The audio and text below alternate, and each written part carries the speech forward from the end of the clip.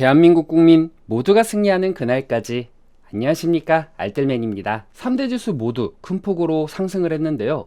특히 나스닥 같은 경우에는 7.35% 상승으로 그동안 시장 때문에 많이 억눌려 있었구나 라는 것을 실감하게 되었습니다.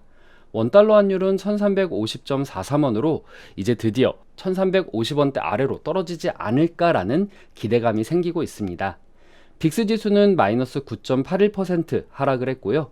2년물, 10년물, 30년물 국채금리 모두 큰 폭으로 하락을 했습니다. 특히 10년물은 마이너스 7.73%로 크게 하락을 했습니다. MSCI 코리아 ETF 지수는 4.55% 상승을 했고요. 달러 인덱스는 마이너스 2.51% 크게 하락을 했습니다. 특징적인 주식들은 다음과 같습니다. 리비아는 예상치보다 적은 분기 손실을 발표를 했는데요.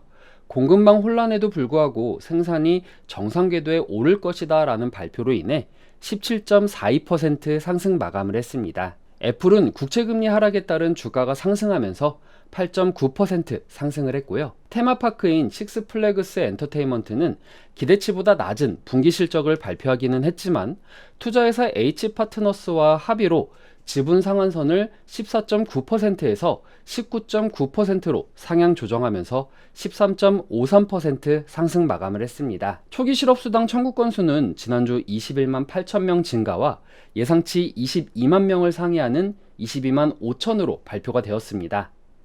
하지만 시장에 큰 이슈를 준 것은 바로 CPI의 발표였는데요. 10월 CPI는 전년 대비 7.7% 증가로 지난달 8.2%와 예상치 8%를 하회하는 수치로 발표가 되었습니다. 전달 대비로는 0.4%로 지난달 0.4%와는 부합되지만 예상치 0.6%를 하회하였고 10월 근원 CPI는 6.3%로 지난해 6.6%와 예상치 6.5%를 하회했습니다. 물가가 오른 부분은 에너지와 주거 비용입니다. 에너지 물가 부분은 전년 동기 대비해서 17.6% 상승했으며 전월 대비 1.8% 상승했습니다. 특히 휘발유가 전년 동기 대비해서 17.5% 상승이 되었고 전월보다 4% 상승으로 크게 상승을 했습니다. 식료품 물가지수는 전년 동기 대비해서 10.9%로 치솟으면서 우려를 만들기도 했지만 전월 대비 상승률이 0.6%로 전달 9월인 0.8%보다는 약간 내려온 수치로 발표가 되었습니다. 주거 비용은 전년 동기 대비해서 6.9% 상승을 했고 전월 대비해서 0.8% 상승하면서 1990년도 8월 이후에 최대폭으로 상승이 되었습니다.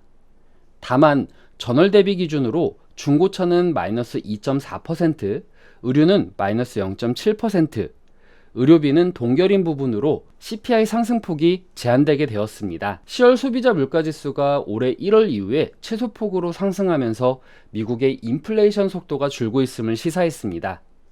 또한 이로 인해 연준의 고금리 정책이 조금은 완화될 것으로 기대가 되었는데요. FTX의 유동성 사태로 심리가 나빠졌던 코인 시장에도 역시 호재가 되었습니다. 비트코인은 10월 CPI 발표 이전까지 16,400달러에서 발표 이후에 17,500달러까지 상승하기도 했습니다. 타코타 웰스 로버트 파블릭 선임 포트폴리오 매니저는 연준의 좋은 신호다라면서 연준이 원하는 방향으로 모든 것이 움직이고 있다라고 말을 했습니다.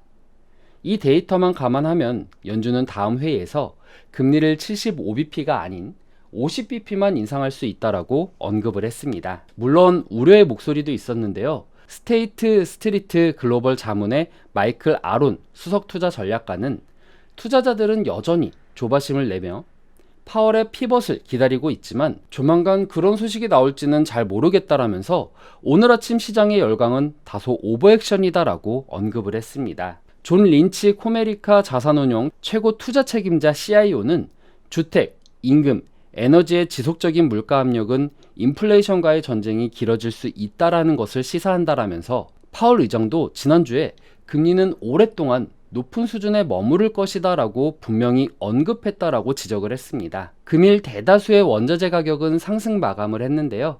특히 니켈은 5.95%, 팔라듐은 5.45%, 백금은 5.22% 상승했으며 금은 연이어서 2.56% 상승을 했습니다. 패드워치에 의하면 연준이 12월 금리를 50bp 인상할 확률은 CPI 발표 이전인 전날 같은 경우 56.8%에서 80.6%로 크게 상승을 했으며 75bp 인상 같은 경우에는 43.2%에서 19.4%로 크게 하락을 했습니다. 12월물 서부 텍사스산 원유 WTI 가격은 전장보다 64센트 오른 배럴당 86.47달러, 0.75% 상승 마감을 했습니다. 유가는 3거래일 연속 하락에 따른 저가 매수세와 달러의 약세, 미국의 CPI 상승률 둔화에 따른 위험 선호 심리로 상승을 했습니다. 특히 달러 지수가 108.21까지 하락하면서 전날보다 2%가량 하락함으로 인해 유가가 싸지게 되는 효과를 보이게 되었습니다. 금일 국내 증시는 CPI의 꺾임세와 이로 인한 환율의 안정감으로 인해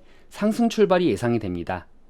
아울러 유가도 금일 3거래일 만에 상승했다라고는 하지만 아직도 저렴한 가격이기 때문에 금일만큼은 위험자산에 대한 선호도가 커질 것으로 전망이 됩니다. 아직은 CPI가 주거비와 식품비 등의 고물가로 인해 아직은 CPI가 안정권에 들어섰다라고 보기는 어려울 수도 있지만 이러한 부분이 점차적으로 완화가 된다라고 하면 12월과 내년 1월까지 증시가 안정적인 흐름을 보이지 않을까 생각이 됩니다. 물론 주거비 같은 경우에는 내년부터 하락폭으로 들어설 것이다 라고 전망하시는 분들도 많기 때문입니다. 오늘 하루 성공 투자 되시길 바라겠고요. 오늘 내용 괜찮았다 생각되시는 분들은 하단의 구독과 좋아요, 알람 설정을 눌러주시면 제가 영상을 만드는데 큰 힘이 될 것 같습니다. 오늘도 시청해주셔서 감사합니다.